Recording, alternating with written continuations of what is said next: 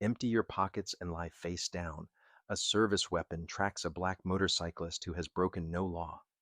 Sergeant Nolan Tate rips off the rider's helmet, revealing features etched by restraint and iron will. Nice machine for someone like you. Where'd you lift it? The rider's keen gaze locks on Tate's badge and nameplate.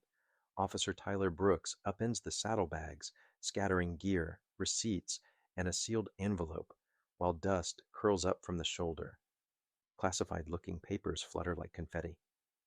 Colonel Adrian Cole, Tate reads with a theatrical scoff. Sure, and I'm the Emperor, playing G.I. Joe. He plants a boot between the rider's shoulder blades. If you're a colonel, I'm the commander in chief. The rider speaks once, silk over steel. I need to place one call. Lawyers don't do curbside consults. Tate laughs as the cuffs bite into wrists painfully. A dangerous calm settles over the rider's face. You have 5 minutes before you ruin your career beyond repair. As the patrol unit pulls away, orbital assets quietly acquire its signal and follow. Colonel Adrian Cole guides his custom Harley along the sun-baked ribbon of highway outside Lakeside, engine hum steady, posture disciplined.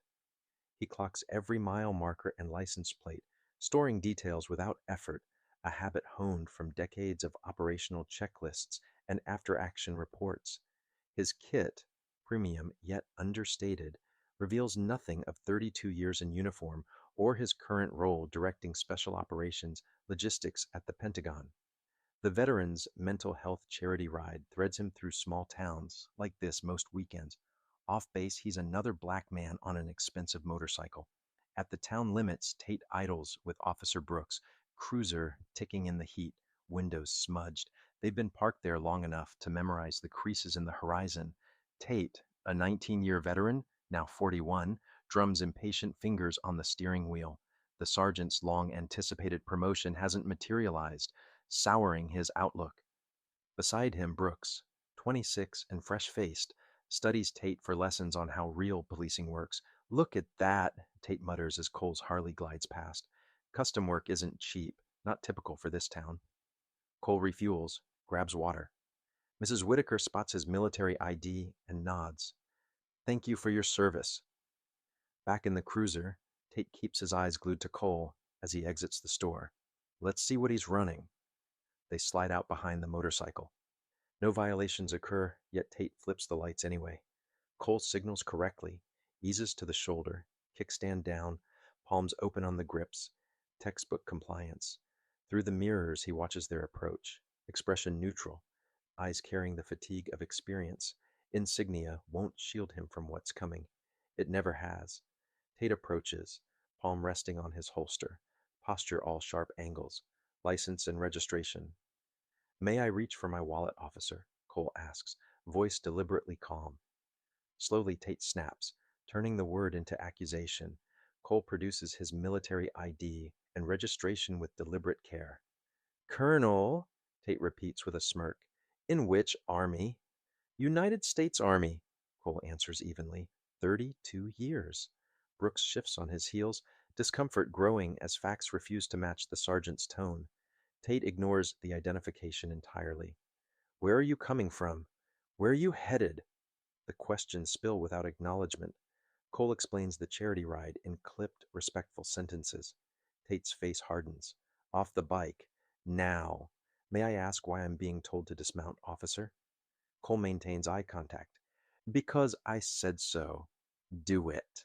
Cole swings a leg over, with military precision, choosing discipline over pride, aware what happens to black men who contest authority. Hands visible. Sunlight flashes off the Harley's polished chrome as Tate circles like a hungry cat. Brooks lingers by the front fender, scanning Cole's ID again. This looks off, Tate declares, though the holograms and microprint scream real. Plenty of counterfeits out there. Cole's tone stays steady. Officer, I've identified myself properly. Why was I stopped? Reports of trafficking on this stretch. Tate lies smoothly. No such reports exist.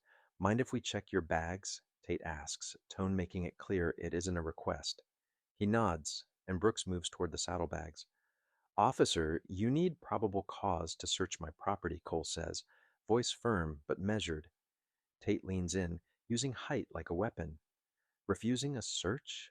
What are you hiding, Colonel? Brooks hesitates, sensing the wrongness, yet unsure how to challenge. I'm not refusing, Cole clarifies. I'm invoking my rights as a citizen.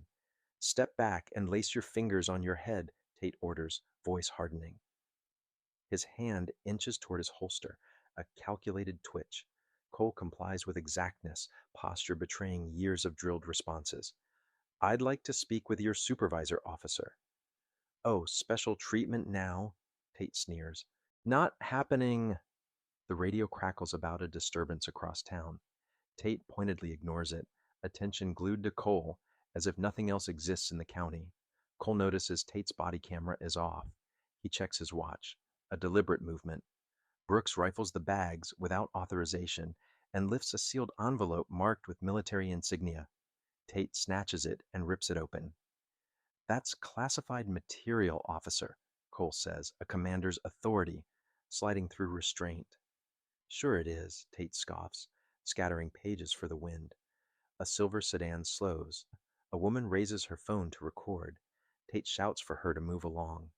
Cole stands beside the motorcycle, fingers interlaced atop his head, posture squared and calm. Heat shimmers off the asphalt, baking through his riding pants. Decades of discipline translate humiliation into silence and breath control.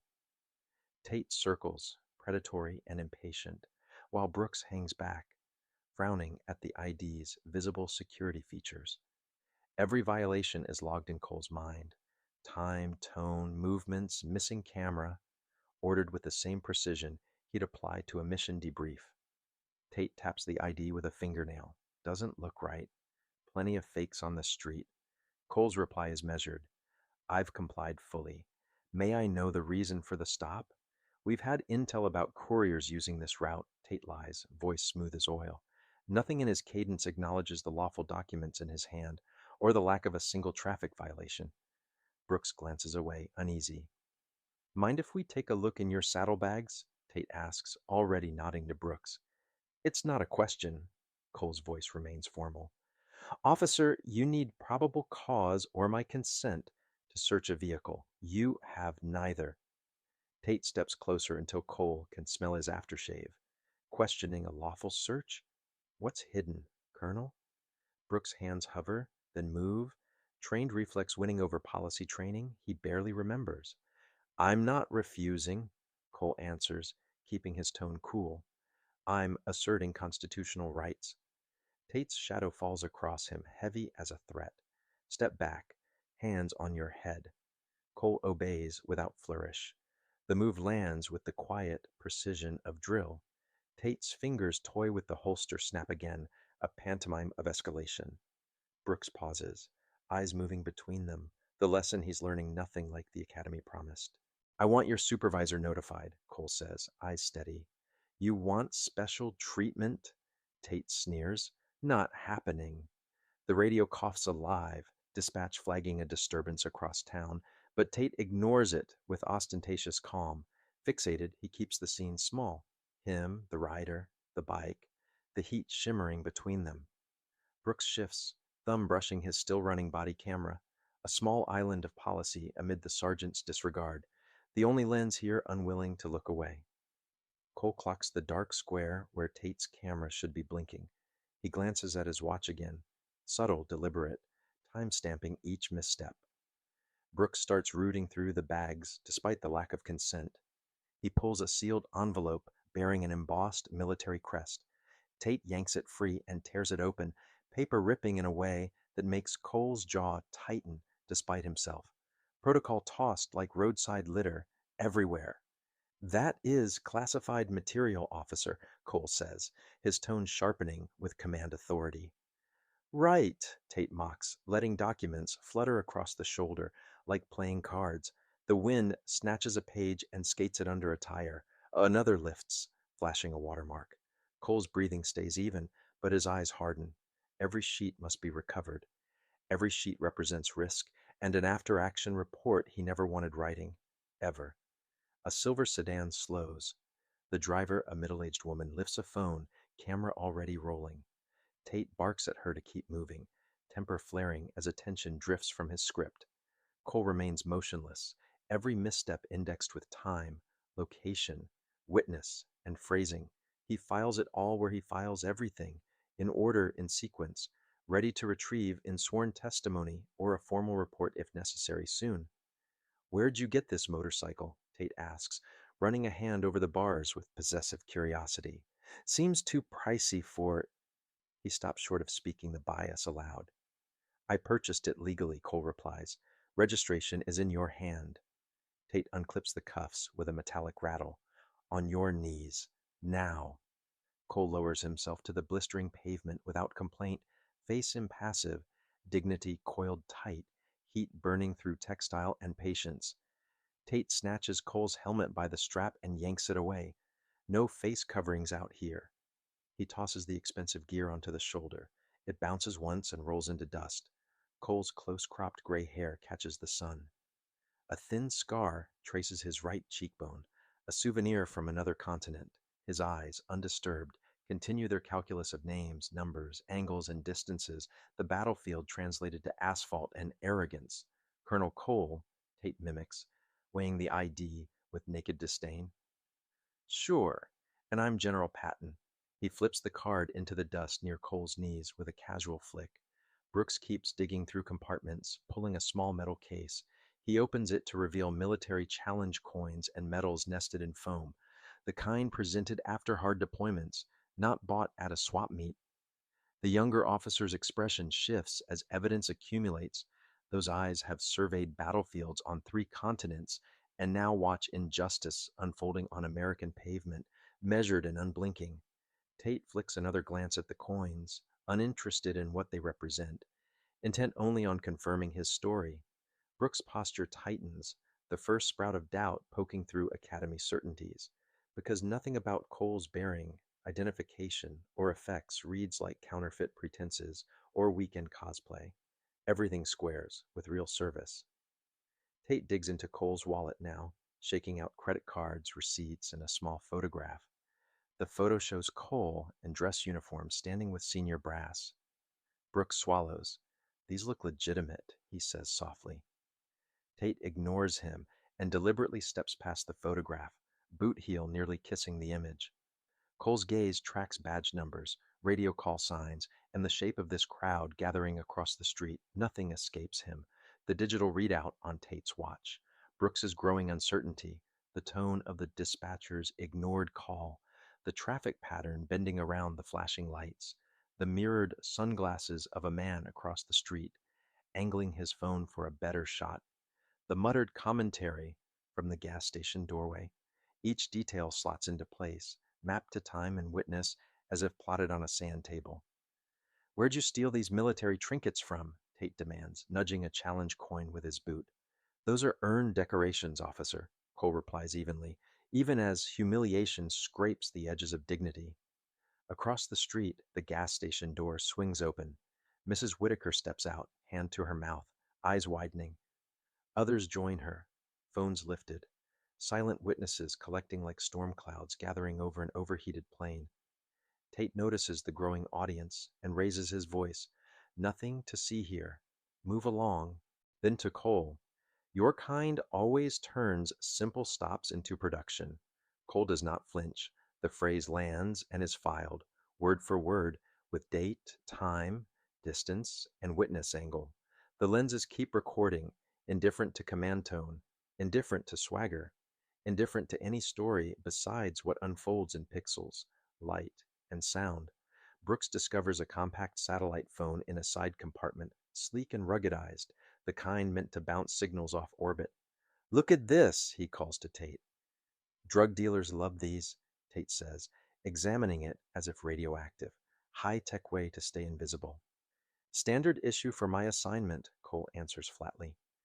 Tate laughs and tosses the device beside the scattered papers, another expensive thing finding dust and disdain. Officer Tate, Cole says, leaning on the name.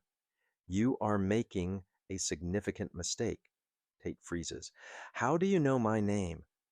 It's on your plate, officer, Cole replies, gaze unwavering. What else do you think you know? Tate demands, paranoia threading through his voice. Enough to suggest you reconsider, Cole says.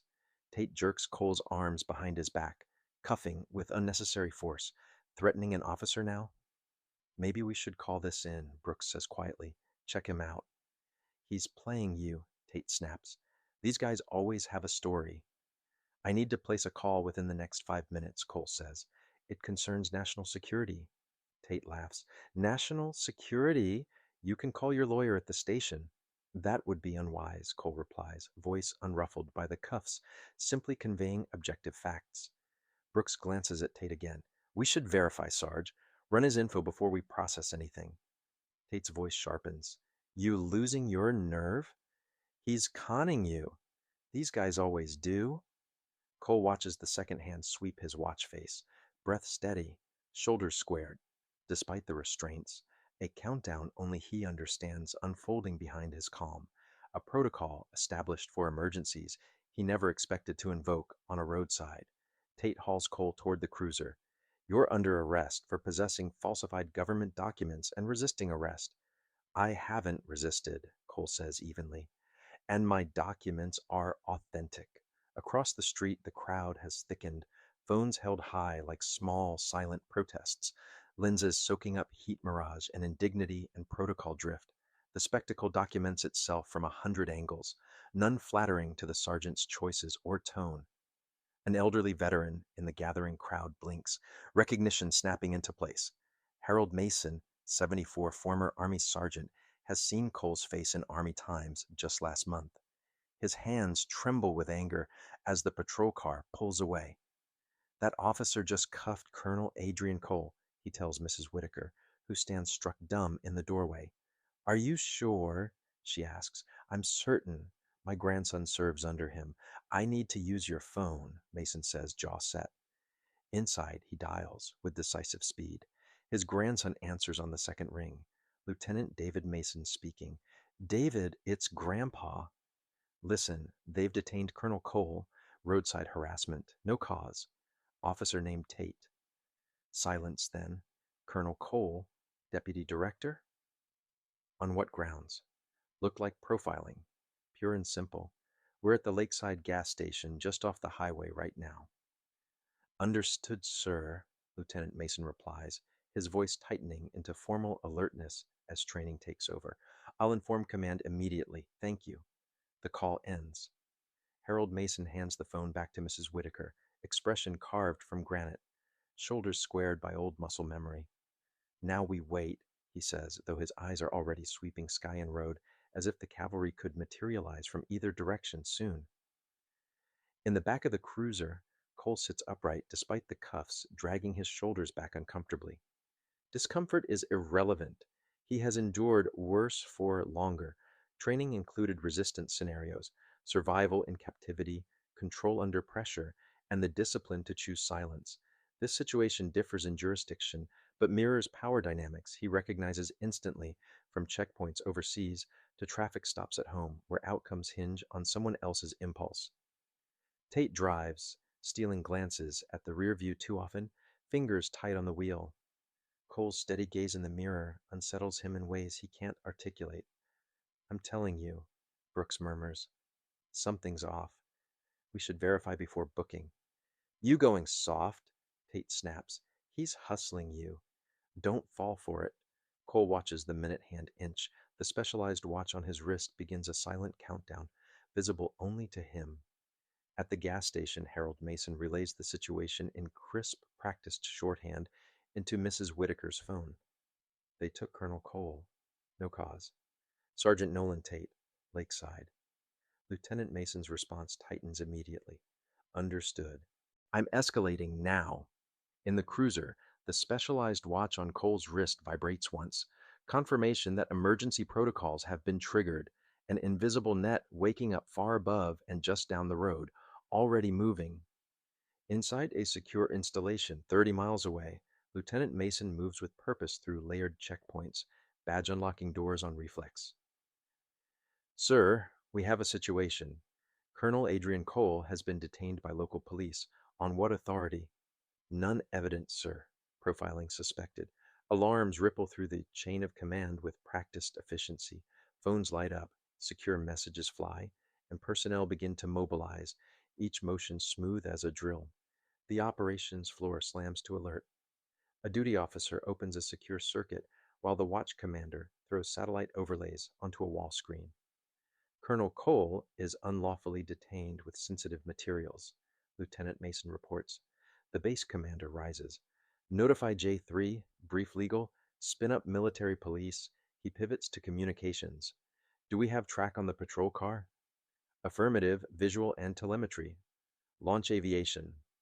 Engines cough to life, crews sprint, and a route map blooms across the room. A staff judge advocate arrives, tablet in hand. Jurisdiction is civilian, sir, but the national security risk is substantial. The commander nods. We support, not supplant. Coordinate with the state and the Pentagon. He turns to Mason. You ride with the MP convoy. Updates every 3 minutes. Yes, sir. Outside, black SUVs align nose to tail. Air crews jog to two dark helicopters, rotors starting their impatient metallic whisper as ground teams load evidence kits, radios, and medical bags with practiced economy. In the cruiser, Cole finally speaks. Sergeant Tate, this is your last clean off-ramp. Tate snorts, though doubt flickers. Save it for the magistrate. In roughly 3 minutes, decisions above your pay grade will overtake you, Cole replies, voice even, less a threat than a forecast. Brooks checks his phone and pales. Sarge, social's blowing up. People say he's really senior. Since when is Twitter probable cause? Tate growls, sweat beating at his temples as the station looms ahead. Inside the operations center, the rhythm quickens, a concise brief. Colonel detained roadside. Custody chain disrupted. Body cam discrepancy observed. The commander's tone is clipped. Secretary of Defense notified. Interagency engaged. Aviation set. He glances at the clock.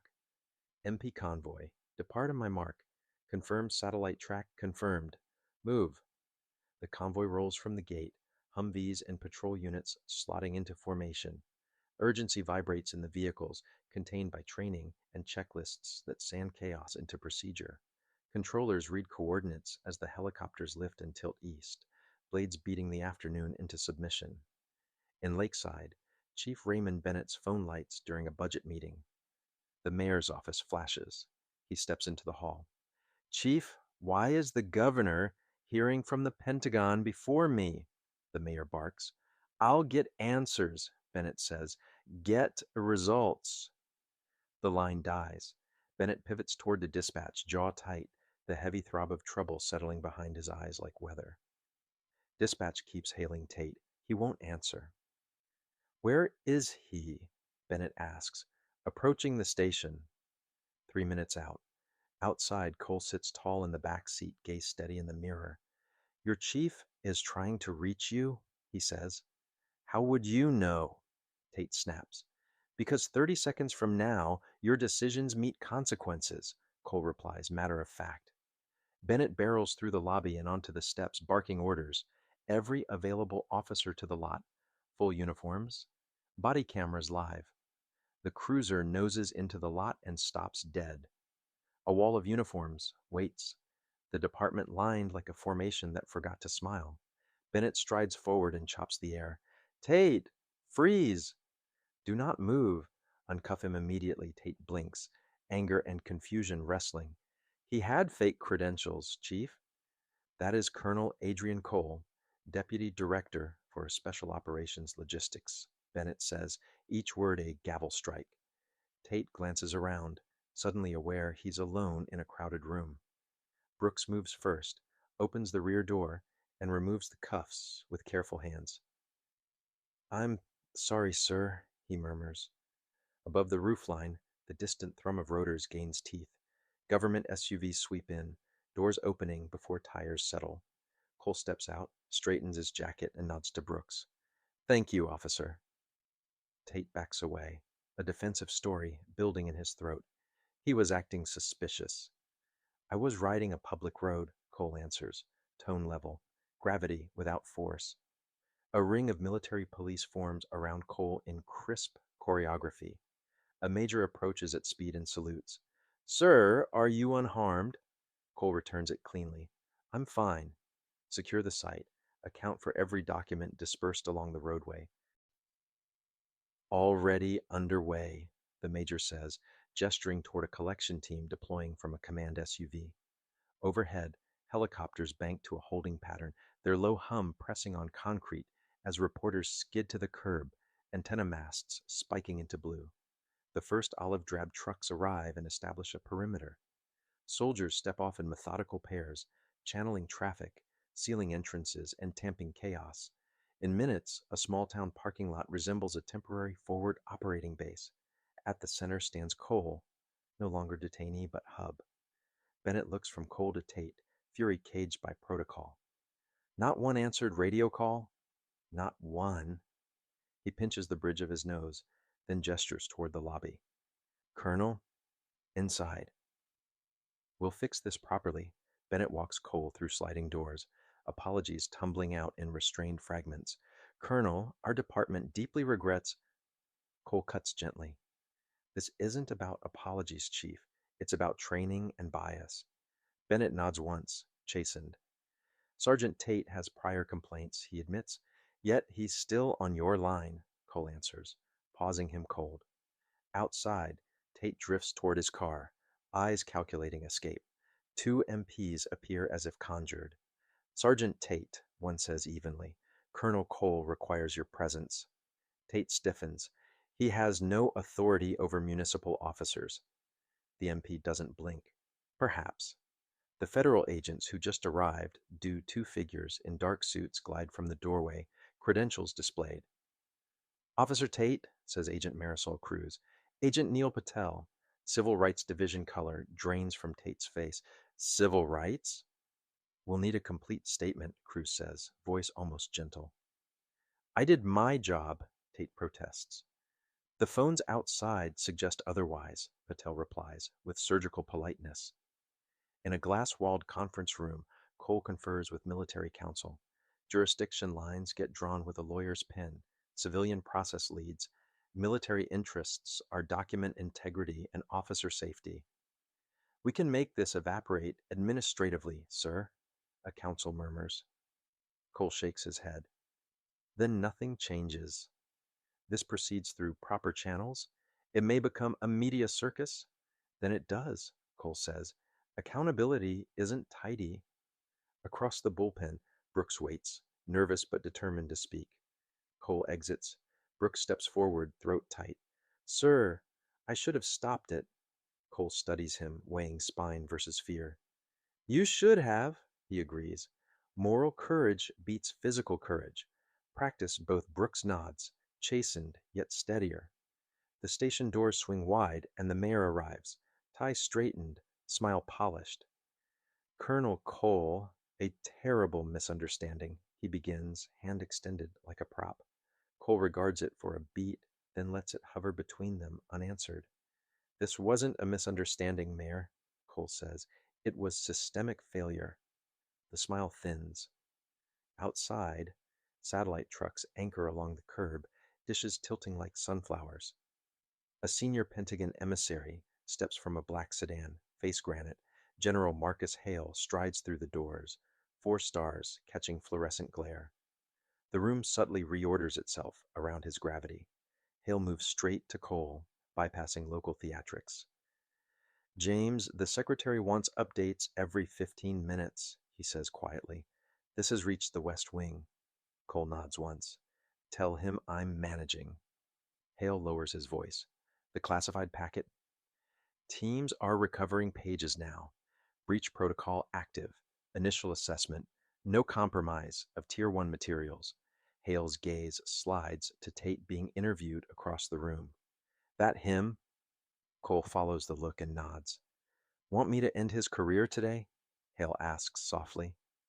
No, Cole replies. We follow process. Always. The word lands like doctrine and decision simultaneously. Cole's phone vibrates. He straightens infinitesimally. Excuse me, sir. It's the secretary. He steps aside. Yes, Mr. Secretary. Correct? Tier 1 remains intact. We're coordinating with local authorities and federal partners. No, sir, I won't discuss operational specifics. He returns to Hale as Bennett huddles with the FBI, cueing body cam footage. Tate killed his camera, the chief says grimly, but Brooks followed policy. The video unspools, neutral, merciless, a timeline indifferent to anyone's narrative. Tate paces in a break room watched by an MP who treats small talk like contraband. Colleagues pass in the hall and avert their eyes, as if he's already yesterday's roster. Outside, the number of news vans doubles. Lower thirds get written. High-ranking officer detained at roadside. Pentagon responds. Cole re-enters the bullpen. Hale raises an eyebrow. I'll speak, Cole says. Not wise, Hale replies. Sensitivities. Silence helps no one, he answers. I'll stay with policy. Nothing classified. Keep it on training, rights, supervision, Hale says. Always. Cole steps toward the entrance. Bennett and the mayor angle for camera position. The mayor goes first, offering fog. Unfortunate incident, full review, lessons learned, trust the process. Cole waits until the fog thins, then takes the top step. He doesn't raise his voice, he doesn't need to. Command presence works like gravity, unseen, relentless, bending microphones and attention toward him as if pulled by tide. I am Colonel Adrian Cole, United States Army, he says, tone even. What happened to me happens to citizens across this country daily. The difference is I have an institution at my back. Most who endure profiling do not. The words land clean and heavy. Reporters volley questions. Cole answers a narrow few, factual, contained, resolutely unsensational. No rancors, no flourish, just statements that resist spin and leave very little oxygen for deflection or euphemism. Through blinds, Tate watches the fabric fray. Cole's measured sentences tighten every thread. In the lot, MPs lay out recovered pages, photographing edges, mapping wind drift, and tagging chain of custody like prayer beads. Bennett checks his watch, then the break room door, and steels himself. He enters, squares up, and speaks. Sergeant, turn in your weapon and badge pending investigation. Tate's mouth opens. Words don't gather. The holster seems heavier than a minute ago. The room smaller. Two detectives witness the surrender. A property envelope swallows metal and leather, and the air loosens. Bennett's voice never spikes. Nolan, go home. Say nothing except to your representative. An MP escorts Tate to recover personal items. In the bullpen, Brooks stares at his hands, replaying each moment he didn't push back. Cole's phrase, moral courage, rattles his ribs. He squares his shoulders, seeks out the FBI team, and says, I have a complete statement to give. Agent Patel guides him into a side office. Start at first contact. Anchor to what you saw and heard. Don't speculate. Brooks exhales. He begins with the Harley pulling in. Every decision point, hesitation, the missing body cam, the envelope, the page scattering in wind. Across the hall, municipal council huddles with the mayor, drafting language meant to appease cameras. None of it will outrun pixels, already bouncing phone to phone with ruthless, multiplying neutrality. Cole returns to the floor and greets the MP major with a nod. Recovery status. 90%, sir. Mapped and bagged. Civilians are pointing out stray sheets. We're documenting. Good. Record every interaction, Cole says. He turns to Bennett. Chief, I appreciate the cooperation. Bennett swallows. Colonel, I failed policy by letting a problem stay on shift. Cole considers him. Fix the policy and the culture that tolerates shortcuts. That's leadership. Optics won't carry the weight. A military lawyer reappears. Sir, public affairs can provide talking points. Cole shakes his head. I'll say what's necessary and nothing extra. The lawyer nods, relieved and worried. Down the corridor, the mayor tries on contrition like a suit that almost fits. Cameras crowd the glass. In the conference room, Hale fields a secure call, brow creasing. He glances at Cole. White House requests line of effort clarity and timing for your next steps. Cole doesn't need notes. Interagency coordination is underway. Document recovery nearly complete. Evidence transfer will be logged.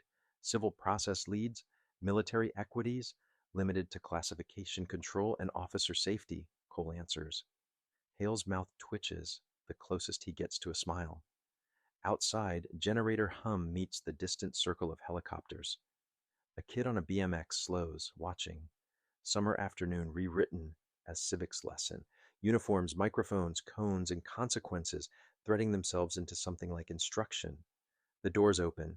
A regional TV anchor hustles forward. Colonel Cole, do you believe race played a role? Cole's jaw tightens, then eases. I believe bias plays out through choices. Systems correct bias when leaders demand it and enforce it. He pivots to policy, training, supervision, accountability, documentation. The anchor presses. Are you calling for charges? I'm calling for thorough process, Cole answers. The crowd hears it as both restraint and indictment, somehow at once. A staffer from the governor arrives, cheeks flushed, statement ready. The governor supports a full independent inquiry, she says, the word independent doing heavy work. Bennett notes the comma between his job and someone else's patience. Inside, Brooks finishes with the FBI and signs his statement. Agent Cruz thanks him. Courage isn't a speech, it's the next action. He nods, feeling lighter and older, like a hinge finally oiled. Outside, the sun angles, and shadows grow deliberate. Hale rejoins Cole. You sure you want to keep owning this publicly? Cole meets his eyes. If I don't, someone without a safety net pays the bill. Hale gives the world's shortest nod. A Pentagon aide slips in with a folder. Preliminary media scans, sir. Cole skims headlines and clips, outrage braided with relief.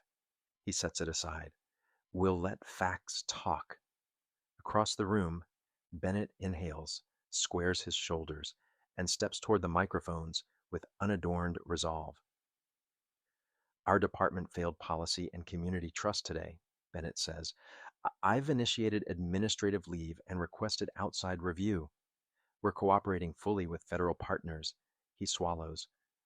I'm accountable for training and supervision. That's my job, and I'm doing it, starting now. The statement is plain, unbeautiful, and therefore credible.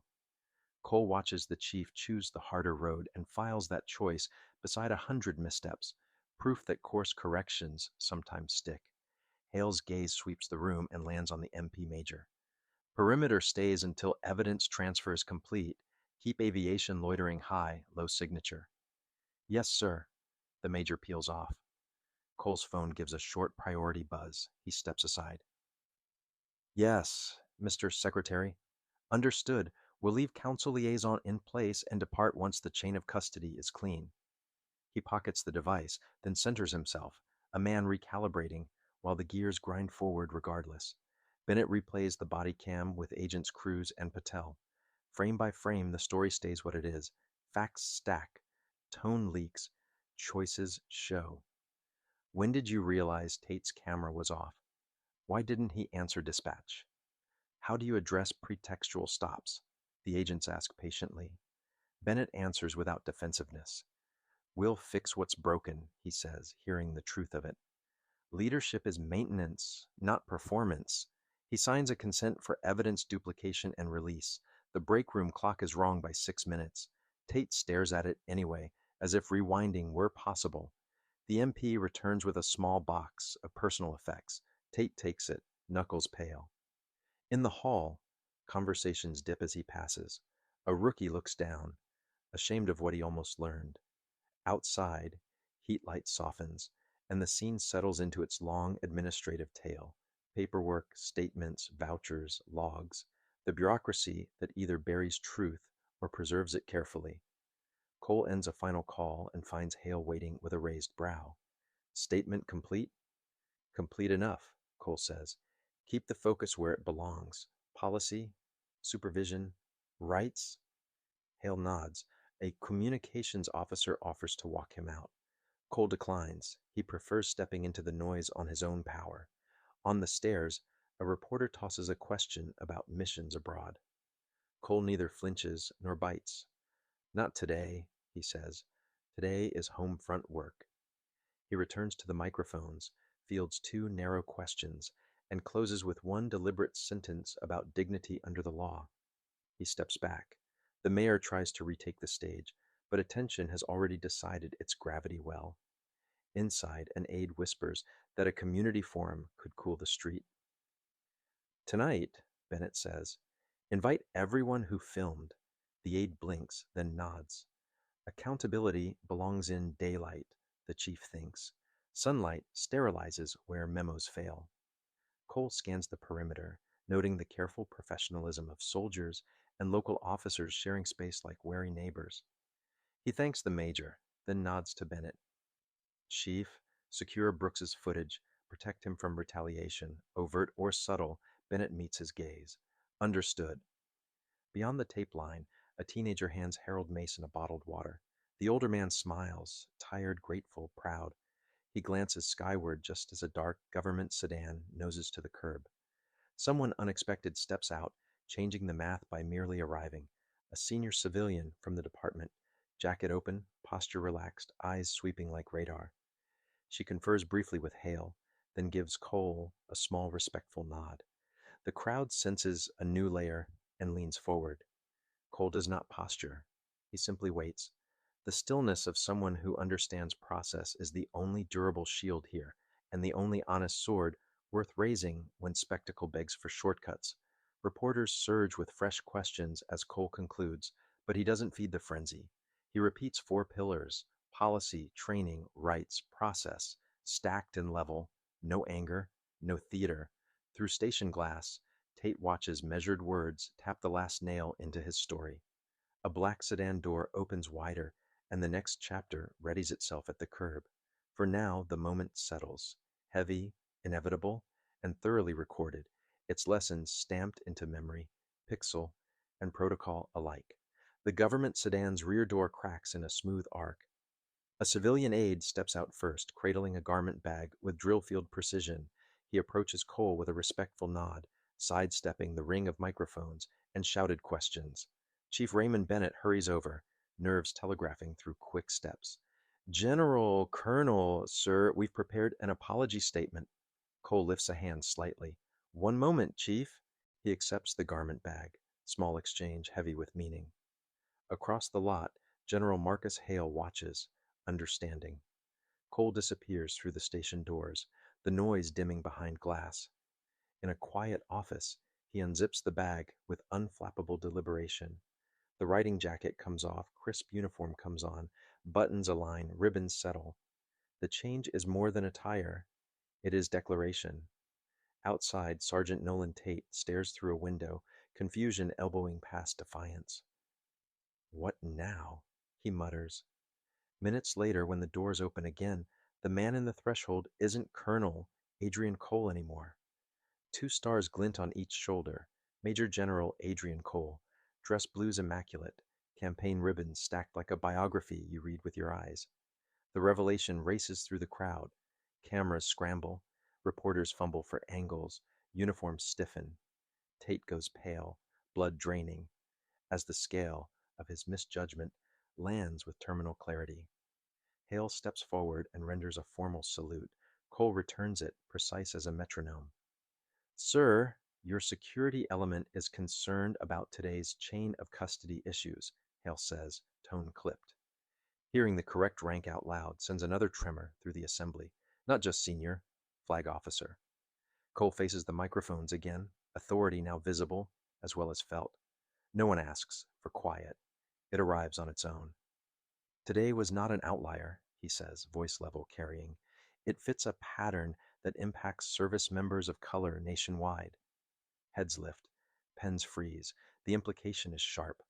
Cole wasn't merely caught in a bad stop, he's been tracking them. For 6 months, I've overseen a department review of roadside incidents near military installations, Cole continues, letting the thunder roll. Not coincidence, mission. Lakeside becomes a dot on a larger map. The department has a duty to safeguard all who serve, he says. If a general can be profiled and detained, consider what happens to junior enlisted. A team of military attorneys steps forward with tablets and folders, civil rights specialists moving like a practiced unit. One counsel addresses the bank of cameras. General Cole's experience will be added to 40 plus documented cases in this region alone involving service members of color. The mayor shifts, realizing this is no longer a story about one sergeant or one stop. It's about infrastructure. This is systemic, Cole says, calm as a scalpel. Inside, agents review Officer Tyler Brooks's body cam on hardened devices, while FBI partners annotate specific policy failures with timestamps and statute references. The implosion of Tate's career unfolds in plain view, not by shouting, but by paperwork. Cole directs quietly, expanding an operation that grows through policy, not posture. New arrivals thread the lobby. Department of Justice officials, summoned by Cole's staff, the instant custody was confirmed. General Cole's detention triggers automatic federal review under existing executive guidance, a DOJ attorney explains to Chief Bennett, who recognizes jurisdiction sliding from his grasp as the federal hand closes around process. Cole finds Brooks near dispatch. Officer Brooks, he says, voice softened without losing command, you hesitated. You sensed wrong, but kept going. Brooks looks down. Yes, sir. Hesitation can be the seed of moral courage, Cole replies. Grow it. The contrast is deliberate. Instruction for the one who can change. Accountability for the one who wouldn't. Cole turns back to the officials gathering like a storm system. FBI, DOJ, military council, all speaking the language of statutes and chain of custody. I expect full cooperation with the federal inquiry, Cole announces for the room, tone flat and official. Obstruction will not be tolerated. It isn't vengeance, it's calibration, systems correcting drift. An aide slips close with a secure satellite phone. Sir, the White House requests your input on civil rights provisions. The camera flashes intensify, but the real work is already migrating indoors to conference tables, evidence logs, and deadlines that will keep marching long after the vans leave. 1 week later, the Pentagon's main briefing theater hums like a generator. Brass in rows, civilian leaders threading the aisles. Cole stands at the podium, ribbons the same, voice precisely modulated. 78 documented profiling incidents involving service members of color over 6 months. He begins. 42% led to illegal detentions or searches. 93% lacked probable cause apart from appearance or vehicle data scrolls, dates, bases, routes, anecdotes becoming architecture, the pattern impossible to shrug away. The Secretary of Defense leans in. General, your recommendations. Cole moves to the next slide without needing to glance. A comprehensive plan across military and civilian interfaces, he says. Dedicated legal support for off-base encounters, civil rights training integrated with base community agreements, data sharing between military and local jurisdictions, legislative reinforcement for accountability. In Lakeside, the FBI civil rights team occupies temporary space at City Hall, moving through records with quiet, relentless purpose. Agents take statements, pull traffic stop data, and chart complaint histories on whiteboards that look like maps of a storm. Back at the station, Bennett sits across from Agents Marisol Cruz and Neil Patel, tie loosened, fatigue showing. He answers carefully, then frankly, trying to salvage mission, if not pride. Yes, he concedes, we had previous complaints about Sergeant Tate. How many? Agent Cruz asks, already knowing. Bennett exhales. Multiple excessive force and discrimination allegations, he says. Our response wasn't enough. Verbal counseling, one brief suspension, Patel says, flipping pages. For 5 serious complaints? The question isn't a question. Across town, the mayor faces an emergency council meeting packed with residents holding signs and phones. A recall petition circulates as a long-serving council member speaks bluntly. This embarrassment is yours. The viral footage amplifies every sentence. At the station, Tate sits in the break room with a suspension notice and a union attorney who looks like bad weather. They're structuring termination, the attorney says. My guidance, cooperate fully to mitigate exposure. Tate's jaw locks. I followed procedure. Then the procedure was unlawful, the attorney replies. Meanwhile, Brooks speaks to investigators with a steadiness that wasn't there before. We learned unwritten indicators, he says. Expensive vehicles, driven by minorities, out of state plates in certain neighborhoods, none inherently suspicious, treated as suspicion anyway. From whom? Patel asks. Training officers, Brooks answers. Sergeants, including Tate. The governor steps to a podium at the state capitol, announcing a special commission on constitutional policing. We've asked Major General Cole to advise on best practices, she says. In Washington, Cole testifies before judiciary panels, gravitas doing what volume cannot. Is Lakeside typical? Senator Michaels asks. The data is plain, Cole answers. This wasn't exceptional. That's precisely why it's unacceptable. The exchange makes the evening broadcasts. Instructors at the academy cue up Brooks's body cam for the next class. Pause here, a trainer says, freezing the moment of first contact. Count the violations. Cadets call them out. Pretext, tone, unlawful search, camera off. The Department of Justice announces a consent decree for Lakeside. Federal oversight for training, discipline, stops and supervision. Corrective, not punitive, a spokesperson says, but the audit language is granite. In the records, disparities have a slope. In the emails, bias has a voice. Patterns metastasize into findings that can't be waved away. Cole manages media sparingly, redirecting questions from his individual ordeal to the system it exposes. Do you want Tate fired? One interviewer asks. I want accountability and reform, Cole says.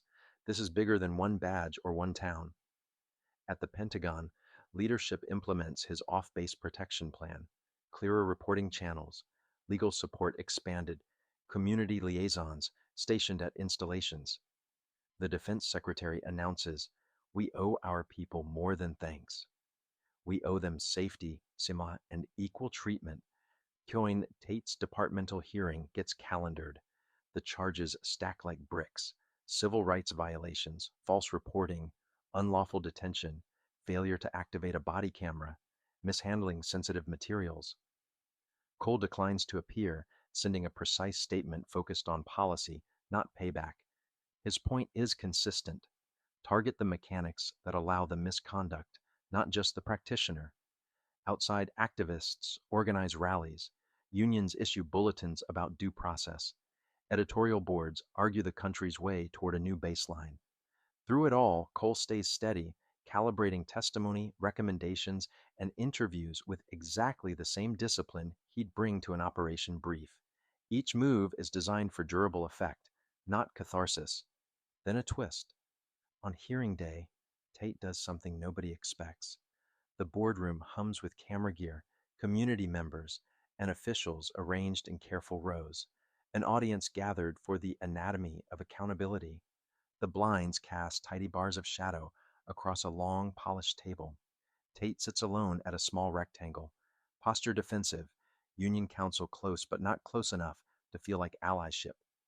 The evidence piles, complaints, transcripts, charts, tell a story that doesn't need adjectives. The chair gavels in. We're here to determine administrative action regarding Sergeant Nolan Tate's conduct during the unlawful detention of Major General Adrian Cole. Findings roll out: biased policing, minimized complaints, sloppy incident reports, none an accident, all a pattern. The union lawyer tries a familiar path. He followed established procedures for suspicious persons and vehicles. A board member leans forward. Cite the precise policy authorizing detention without probable cause, she says. Silence. Bennett testifies next, walking a line between truth-telling and institutional oxygen. We trained constitutional policing, he says. Tate attended annually. And yet, we didn't intervene meaningfully on prior complaints, Bennett admits, the admission heavy. Our disciplinary system needed overhaul. Brooks testifies, stripped of defensiveness, telling the truth in present tense. I was taught to chase what we labeled as indicators that weren't indicators, he says. Expensive bikes, Certain faces, certain plates. We treated those as caused by whom, the board asks. Senior officers, Brooks says, including Tate. Agent Cruz presents DOJ findings, charts that tilt the wrong way, years deep.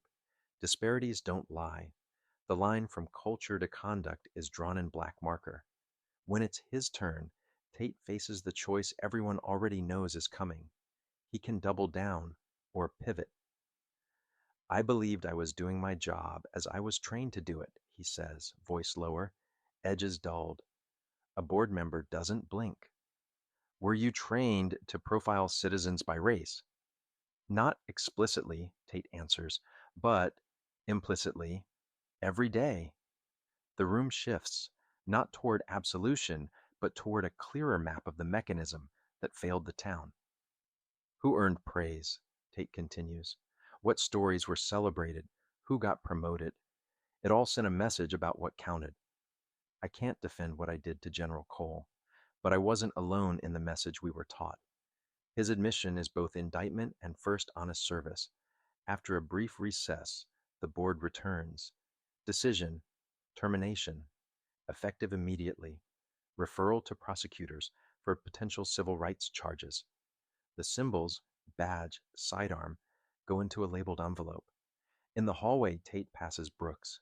They're making an example of me, Tate mutters, bitterness clinging to the words. Brooks shakes his head slowly. They're making a correction, he says. There's a difference. At the Pentagon, Cole receives the update while reviewing rollout plans for base adjacent training.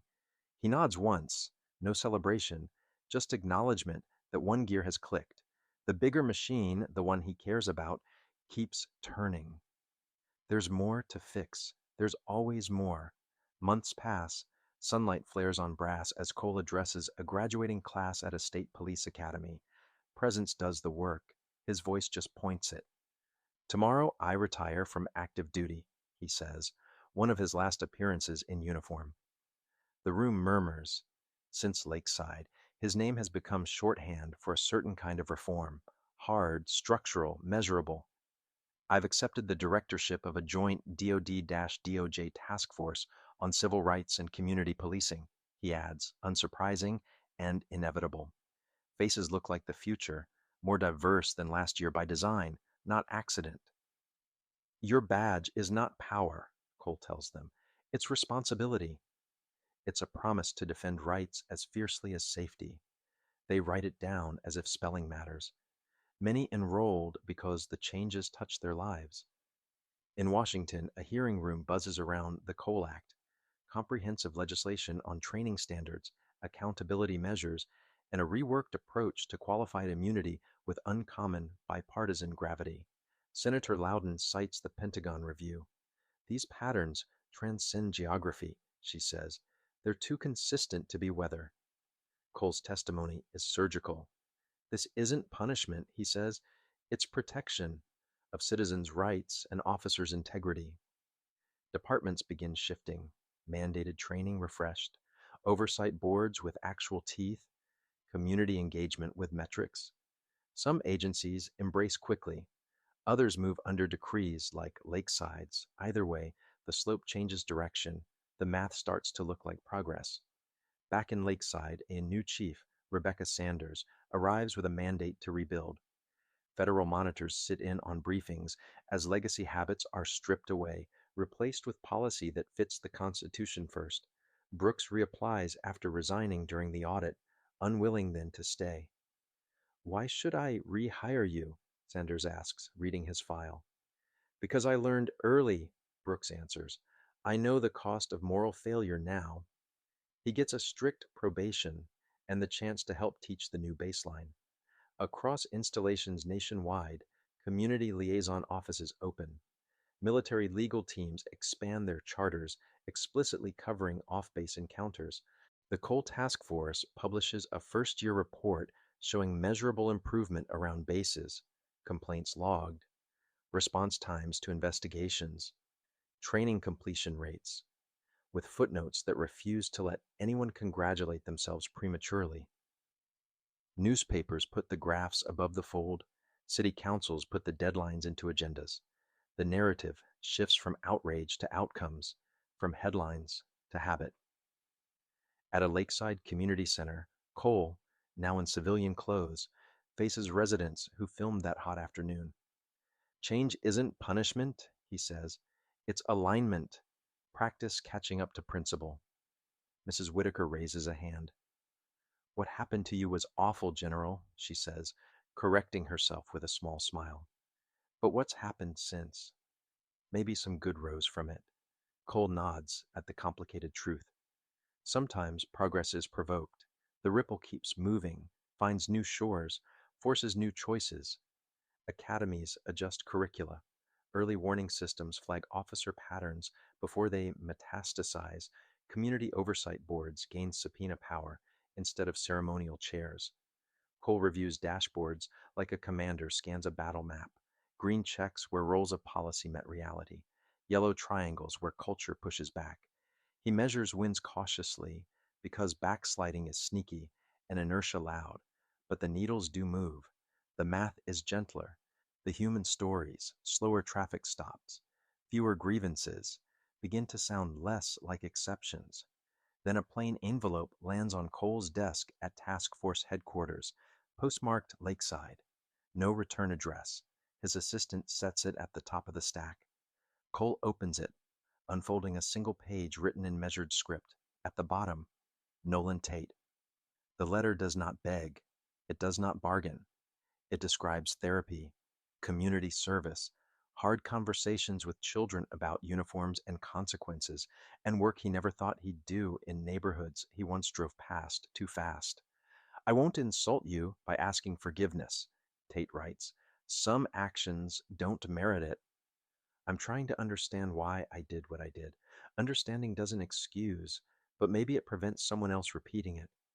Cole reads without visible reaction, then slides the letter into a desk drawer instead of an official file. Not evidence, not exhibit. Human correspondence, separate from systems, quietly acknowledged, carefully contained. Then he reaches for the next folder, the next deadline, the next call. Later that week, Cole heads back to Lakeside. The Harley traded for an unremarkable sedan. The town looks different because habits look different. Oversight meetings are crowded and loud on purpose. Officers walk beats and know names. At the roadside where it started, there's a small bronze plaque. Site of the Cole incident, a catalyst for change. He reads it once, not smiling. Markers are for memory and warning. Inside the station, Chief Sanders pours coffee and opens spreadsheets. Sustainability is the agenda. The real test comes when no one's filming, Sanders says. That's why we built this into policy, not personality, Cole replies. They review numbers. At first, complaints spiked as trust rose. Later, they dropped as behavior changed. Traffic stop disparities are gone from the chart for the first time in the department's history. Evening brings a public forum. Former Chief Bennett, now consulting on reform, sits near Mrs. Whitaker, who has a front row question ready. Frank Mason, the older veteran who called his grandson that day, arrives with Lieutenant Mason in dress uniform. Most surprising is Brooks, now a field training officer with a notebook open, ready to translate principle into drill for rookies. Cole acknowledges them by name, then speaks with the same spare clarity he favors. A year ago, I experienced something many citizens experience daily, he says. The difference was not the stop, it was the response.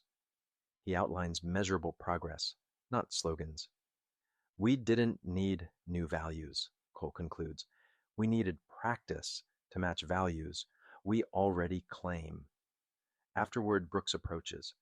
Sir, I train new officers now, he says. I tell your story. Cole shakes his head. Tell them their own. Everyone gets a hinge moment, easy or right. Make them rehearse the right choice until it's muscle memory. They shake hands. It holds a year's worth of weight. Shame, repair, commitment, compressed into a small exchange that feels like forward motion. Driving out of town, Cole watches asphalt unspool through twilight and thinks about distance, the literal kind and the other kind. His phone rings. The White House wants to discuss scaling task force recommendations nationwide, funding, metrics, timelines. He answers with the line that's become a quiet compass for his days. Authority worth having is built on principle, not just power. On the horizon, the road bends. Ahead, more meetings, more drafts, more audits. Reform is a march, not a sprint. Back in Washington, Cole convenes a cross agency session. Justice, defense, state AGs, big city chiefs, rural sheriffs, civil rights organizations. The table is crowded by design. He opens with numbers, pivots to stories, then lands on logistics, reporting thresholds, training hours, supervisory ratios, public dashboards. Nobody leaves with a headline. Everybody leaves with a checklist. We measure what we value, Cole says. We'll value what we measure. The mantra is tedious and transformative, the kind that changes payrolls and patrol routes. In Lakeside, Sanders implements a rotation that pairs rookies with community mentors, business owners, pastors, teachers, so beats are built on names, not assumptions. Brooks designs scenario drills where the indicator is a policy page, not a stereotype. Consent decree monitors don't just audit, they coach. The union signs onto new evaluation standards that reward de escalation and adherence to civil rights law. An internal memo circulates. We don't grade on arrests, we grade on outcomes. Nationally, the Cole Act clears a procedural hurdle. Amendments refine qualified immunity reforms and standardize certified training hours across states. Cole refuses every invitation to become a cable regular. He prefers transcripts and footnotes to green rooms. He shows up where things are boring and binding, appropriations, subcommittees, and municipal budget hearings, where policy turns into purchase orders and mandatory training slots. The glamour never arrives. The progress does in increments, stamped with procurement codes and calendar invites. A reporter corners him outside the Capitol. General, what do you say to critics who call this anti-police? I say this is pro-constitutional policing, Cole replies. That protects officers as much as citizens. He's already moving toward his next meeting, where numbers will be argued and commas will matter. He has learned to push culture by moving policy one clause at a time, like chess with statutes. The board is the country. The clock is always running. In a small town 3 states away, a rookie stops a driver at dusk. The rookie's FTO, reading the Cole training module, nudges a breath, not a baton. Probable cause or pass, the FTO says. The rookie waves the driver on, nothing happens, which is the point. No one films, which means the system worked before it needed defending. It's an invisible win, the kind worth multiplying. Back in Washington, Cole reviews new metrics, small dips, quiet victories. Lakeside's oversight board holds open office hours. Attendance is steady, conversations are less hot. Complaints still happen, but they're treated as signals, not insults. Brooks mentors a recruit through a shaky first month, using body cam reviews as coaching, not punishment. Slow down, he says. Ask, don't assume. The recruit nods, rewinds, tries again. Meanwhile, Sanders signs off on another community ride-along program. The point is repetitive by design. Good policy is boring and durable when it's done right. Cole's task force publishes a second quarterly update with trend lines that slope the correct way. Some regions lag. He names them without drama and provides playbooks. He's not building a brand. He's building a baseline. A staffer asks if he misses the uniform. Uniforms help, he says, but principle travels in any clothes. He files another set of recommendations. In the margins, someone writes, "We can do this." It's not inspiration so much as a plan disguised as hope. Another envelope arrives, this one from a mother whose son, a young airman, was stopped and waved on with courtesy near a base that used to be a hotspot. "It was ordinary," she writes. "Thank you." Cole pins the note to a corkboard crowded with unremarkable mercies.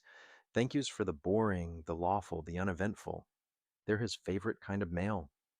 The news still chases drama. He chases the absence of it, measured in quiet shifts and uneventful commutes.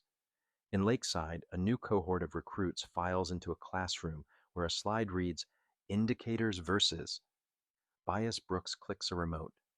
If your gut contradicts policy, your gut is wrong, he says.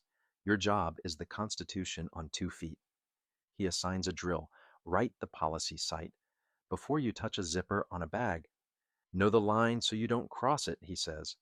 It's less a slogan than muscle memory getting built one repetition at a time. The DOJ monitor addresses the city council. You're hitting milestones, she says, but milestones aren't endpoints. The mayor, new elected after the recall, nods. We'll budget like this is forever. Sanders smiles, thin and real. Afterwards, she texts Cole a photo. Squad room whiteboard with a checklist titled Boring Wins. It lists camera on, consent verbalized, supervisor notified, report filed, same shift. It's uninspiring if you don't know the alternative. Cole replies with a thumbs up and a period. A national conference on policing invites Cole for a keynote. He declines, sends a panel instead. Trainers, a city attorney, a community advocate, and Brooks. They talk about making compliance behavior, not belief. We didn't wait to change hearts, the advocate says. We changed incentives and supervision. Brooks explains the day he didn't speak up and what it cost. The audience is quiet in the right places, scribbling down drills and deadlines, not applause lines. In a Washington committee room, an amendment nearly guts a provision on data transparency. Cole leans forward, voice cool. If you remove the teeth, you remove the bite, he says. The public can't trust what it can't see. The language holds barely. He'll have to guard it again later. This is the job now. Hold the line in language so the line holds on the street. He doesn't mind the repetition. It's how walls get built. Lakeside Summer Fair returns with a booth shared by officers and the oversight board. Kids decorate badge-shaped stickers. Brooks hands out pamphlets titled What to Expect at a Traffic Stop. A father reads one, nods, says thanks without looking suspicious first. Across the midway, Sanders laughs at a dunk tank joke. Progress looks like small-town ordinary. Cole arrives late, unannounced, walking the perimeter. He leaves as quietly as he came, satisfied by the absence of spectacle. At headquarters, a young analyst shows Cole a heat map of complaint reductions around bases nationwide. Some hotspots cooled fast, she says, but a few are stubborn. He circles two with a pen. Send reinforcement teams, he says. Pair them with local trainers. Stick around longer. He pushes for more money, not for gadgets, but supervisors who can coach in real time. Leaders who can sit in a patrol car and make policy a lived thing. A senator stops Cole in a hallway. You've become the face of this, he says. Cole shakes his head. Let the work be the face, he answers. Build it so it stands without me. He hates personality cults. Systems are safer. He knows the cameras will eventually point elsewhere. Good, the checklists won't. He heads to another windowless room where people argue about metrics and liability. It's not glamorous, so it might actually last.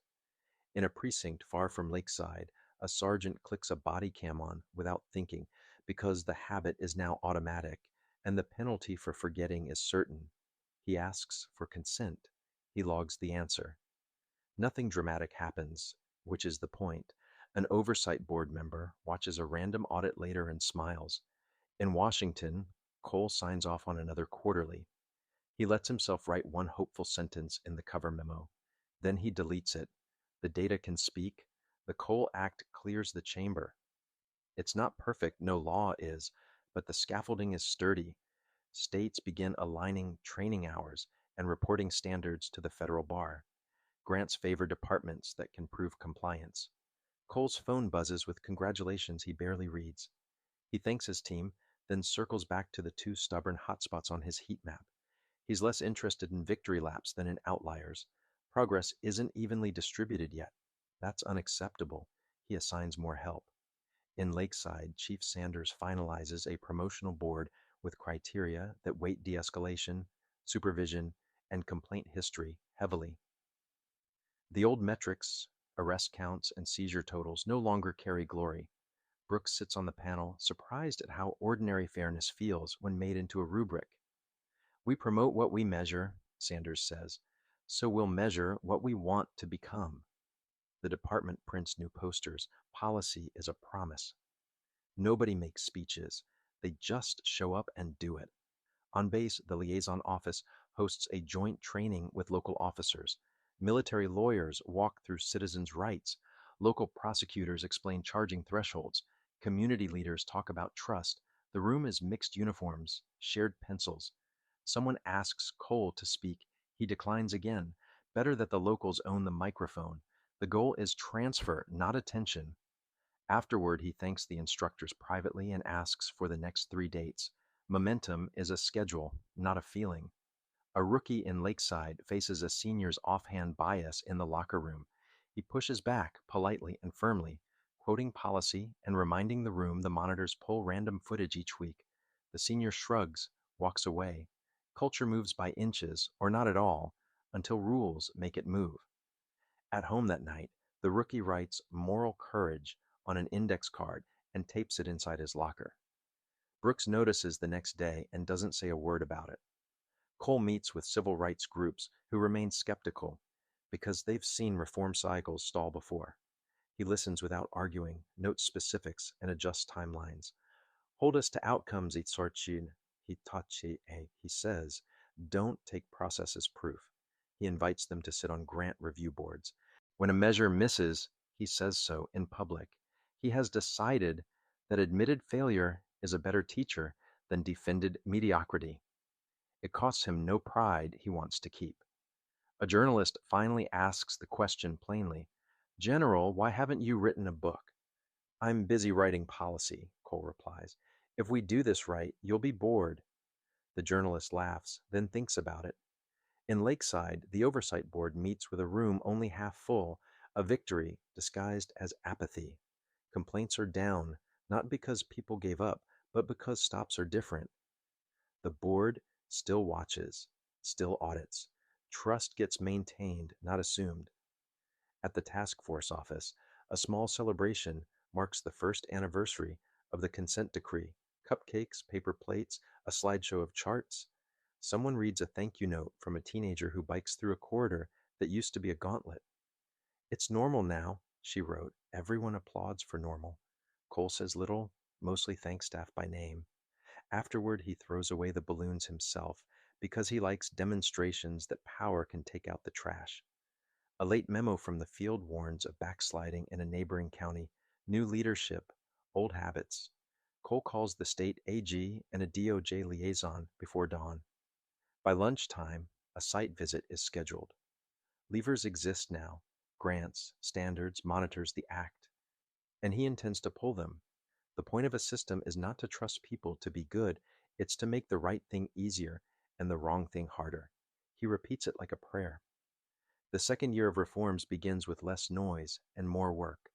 Cole's team expands training videos that favor scenarios and language over lectures. Officers practice saying, "Here's why I stopped you," and "May I have your consent to search?" until the phrases sound normal in their mouths. Civilians learn to ask, "Am I free to go?" The goal isn't adversarial, it's clarity. Clarity prevents fear. Fear breeds mistakes. Mistakes cost trust first and then lives. A small town paper runs a profile of Brooks, not a hero story, just a quiet arc from bystander to instructor. He clips it and puts it in a drawer for a day he forgets what he's trying to be. Sanders nominates her department for a state award no one has heard of because none of this is television. Cole flies to a base town with one stubborn metric and spends 2 days with supervisors. He finds 3 friction points and fixes 2. Good start. Back at headquarters, Cole signs letters to chiefs who hit milestones. They're short and unsentimental because he doesn't believe in lavish credit for doing the job. He also signs 2 stern notices for departments that miss deadlines, with reminders about consequences. The point of a standard is that it stands whether you like it or not. He rubs at a scar on his cheek when he's tired. Habit, not drama, and schedules another round of site visits anyway. He returns to Lakeside for a low-key check-in. The plaque at the roadside has collected a few flowers that weren't there last time. He doesn't know who left them. He doesn't need to. He meets Sanders, reviews dashboards, thanks the oversight board, and leaves without a camera in sight. On his way out, he watches an officer wave a driver on with a smile. No violation, no lecture. It's nothing. And it's everything the work was meant to build. In a classroom, Brooks teaches a segment titled Stops in the Wild. He plays random clips and asks the room to identify good decisions, not just bad ones. Catch your training working, he says. The recruits are quicker now at naming consent, probable cause, and de escalation. He quietly marks who speaks up and who stares at the table. Later, he pulls two aside, not to scold, but to coach. Courage can be cultivated, it needs practice and a nudge. The former chief, Bennett, speaks at a reform symposium about how leadership tolerates what it doesn't measure. He does not make excuses. I should have moved sooner, he says into a microphone that makes regret sound clinical. Delay is a decision. He mentors a younger chief now, warning her about gravel in the gears, culture, budget, backlash, and how to keep the machine moving anyway. The work is humbler than he imagined. It is more important, too. Cole's task force releases another report with case studies cataloging not just numbers, but mechanics, what worked where, why, and how to replicate it. A skeptic reads the executive summary and finds more footnotes than adjectives. Good. Cole insists on citations because citations survive elections. A junior staffer asks if they can add a quote. No, Cole says. Add another chart. He smiles when he says it, but he means it. Evidence outlasts inspiration 99 times out of 100. A late morning call brings news of a tense stop near a base, handled well by officers who asked for consent and accepted no like professionals. The driver later sent a thank you email. Cole forwards it to the department with a line, reinforce this. He knows behavior gets repeated when it's noticed. Negative feedback matters. Positive examples travel too. He's not interested in medals, he's interested in habit. Habits build the bone of a culture, one small act at a time. Lakeside's council renews funding for civilian oversight without the fight that used to attend such votes. The chair reports fewer complaints and faster resolutions. The mayor, new and less camera hungry, notes that insurance premiums are down because lawsuits are down. Money talks when morals need a microphone. Sanders hires two more supervisors, not because calls skyrocketed, but because span of control numbers matter for coaching. This is how reform looks on a ledger: salaries, trainings, audits, and less glare in courtroom lights. Cole attends a roundtable with community leaders who remain watchful. They should be. He offers transparent metrics, not promises. If you see slippage, call me, he says, and hands out cards with a direct line. People keep those cards. A pastor tells him the streets are quieter at night. A teenager says the bus ride feels normal. Cole files both comments under unofficial indicators, right next to charts.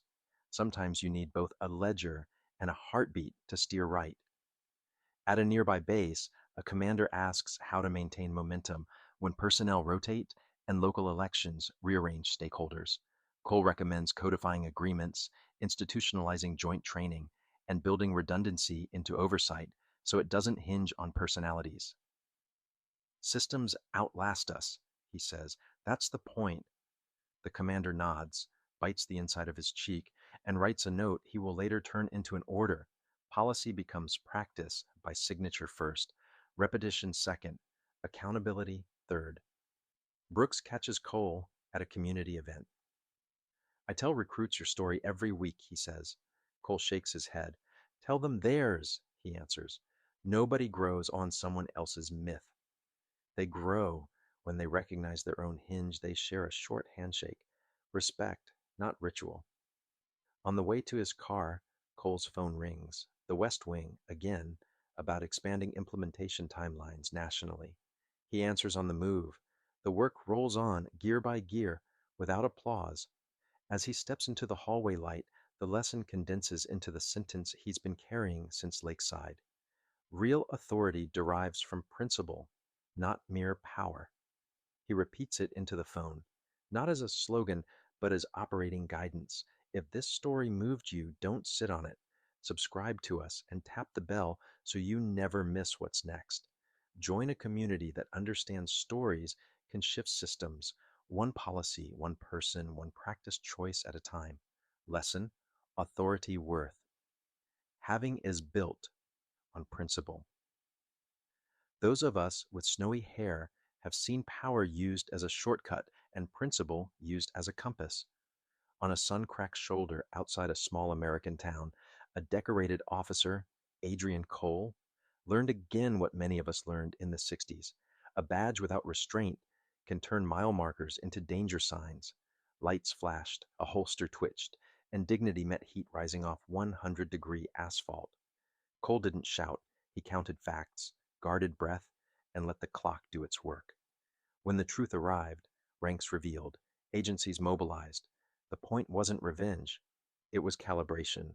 Rights are not favors, they are the rules of the road. For seniors who've marched, voted, and buried friends, the lesson lands plain. Demand cameras on, consent asked, supervisors called, reports filed the same day. Make the boring steps non-negotiable, because justice isn't upheld by muscle, but by muscle memory. Habits repeated until a traffic stop feels as ordinary as buying a gallon of milk. Power bends, principle holds. Friends, what habits do you believe should be non-negotiable at every traffic stop? Camera on, reason stated, consent requested, supervisor notified, so rights are protected without drama. If you were in General Cole's boots on that hot day, what would you want your children and grandchildren to learn from your response?